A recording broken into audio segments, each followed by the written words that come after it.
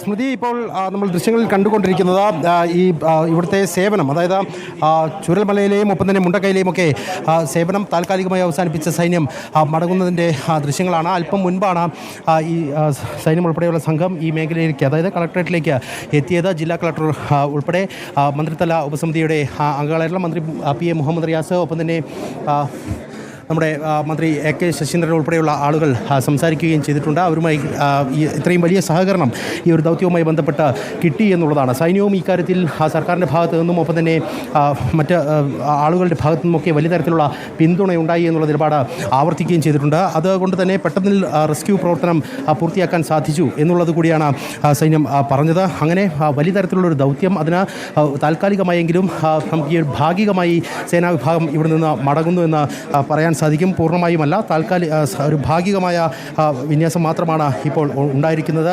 അത്തരത്തിൽ വിവിധ വിഭാഗങ്ങളിൽ നിന്നുള്ള സേനാംഗങ്ങളാണ് ഇപ്പോൾ മടങ്ങുന്നത്. കൃത്യമായി പറയുകയാണെങ്കിൽ നമുക്കതിൻ്റെ ഒരു വിവരത്തിലേക്ക് കൂടി പോവുകയാണെങ്കിൽ നമുക്ക് പറയാൻ സാധിക്കും. അതായത് കമാൻഡൻ്റ് പാരാ ട്രെയിനിങ് സെൻറ്ററിലെ കമാൻഡൻറ്റ് ടീം പോകുന്നുണ്ട്. Commandant DSC cadre, column cadre 1 അങ്ങനെ തുടങ്ങി ഏതാണ്ട് 6ഓളം വിഭാഗങ്ങളിൽ നിന്നുള്ള ആളുകളാണ് ഇപ്പോൾ മടങ്ങുന്നത്. അത്തരത്തിൽ സേനാ വിഭാഗങ്ങൾ മടങ്ങുമ്പോൾ സ്വാഭാവികമായും ചില സംശയങ്ങളുണ്ടായിരിക്കാം.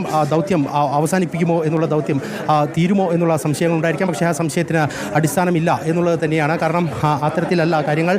പൂർണ്ണമായും ഈ ഒരു ദൗത്യം തുടരുമെന്നുള്ളത് തന്നെയാണ്. NDRF ഒപ്പം തന്നെ ഫയർഫോഴ്സ് ഉൾപ്പെടെയുള്ള സേനാ വിഭാഗങ്ങൾ ഈ ദൗത്യത്തിൻ്റെ ഭാഗമായി തുടരുകയും ചെയ്യും.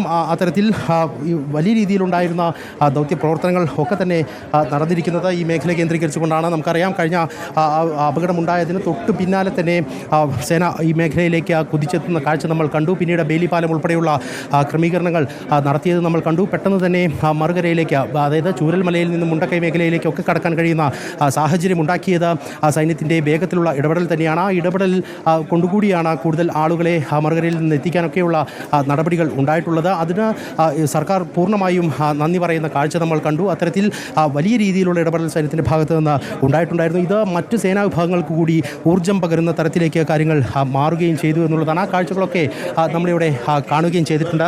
ഇപ്പോൾ മന്ത്രി P.A. മുഹമ്മദ് റിയാസ് കൂടി നമുക്കൊപ്പം ചേരുന്നുണ്ട്. മിനിസ്റ്റർ, ഇപ്പോൾ നമ്മൾ താൽക്കാലികമായെങ്കിലും ഇവരെ യാത്രയാക്കുക. അതെ, ഒരു പ്രതിസന്ധി ഘട്ടത്തിലാണ് ഇവർ വന്നത്.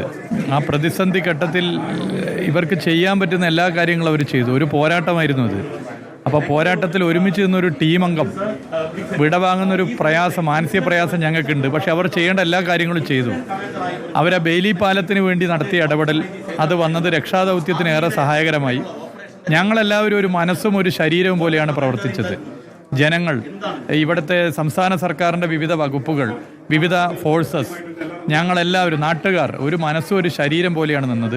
ആ പോരാട്ടത്തിൽ ഞങ്ങൾക്കൊരു കരുത്തായിരുന്നവരെല്ലാം. അവർക്ക് ചെയ്യാവുന്ന കാര്യങ്ങളെല്ലാം അവർ ഇതിൻ്റെ ഭാഗമായി ചെയ്തു. വിടവാങ്ങൽ അനിവാര്യമാണ്.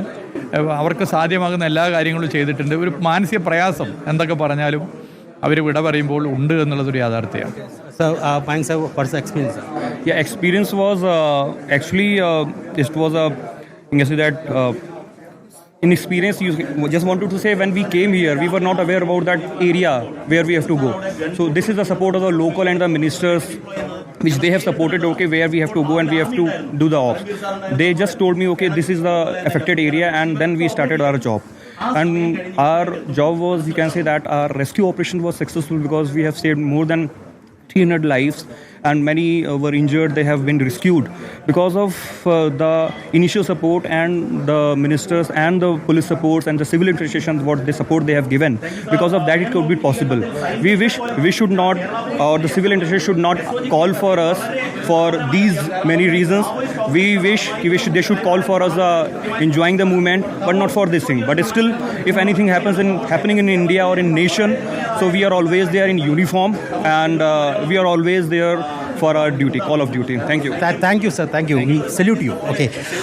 ഇത്തരത്തിലാണ്, അതായത് സൈന്യത്തിൻ്റെ സേവനം നമുക്ക് എങ്ങനെ പറയണമെന്ന് ഈ ഒരു ഘട്ടത്തിൽ അറിയില്ല.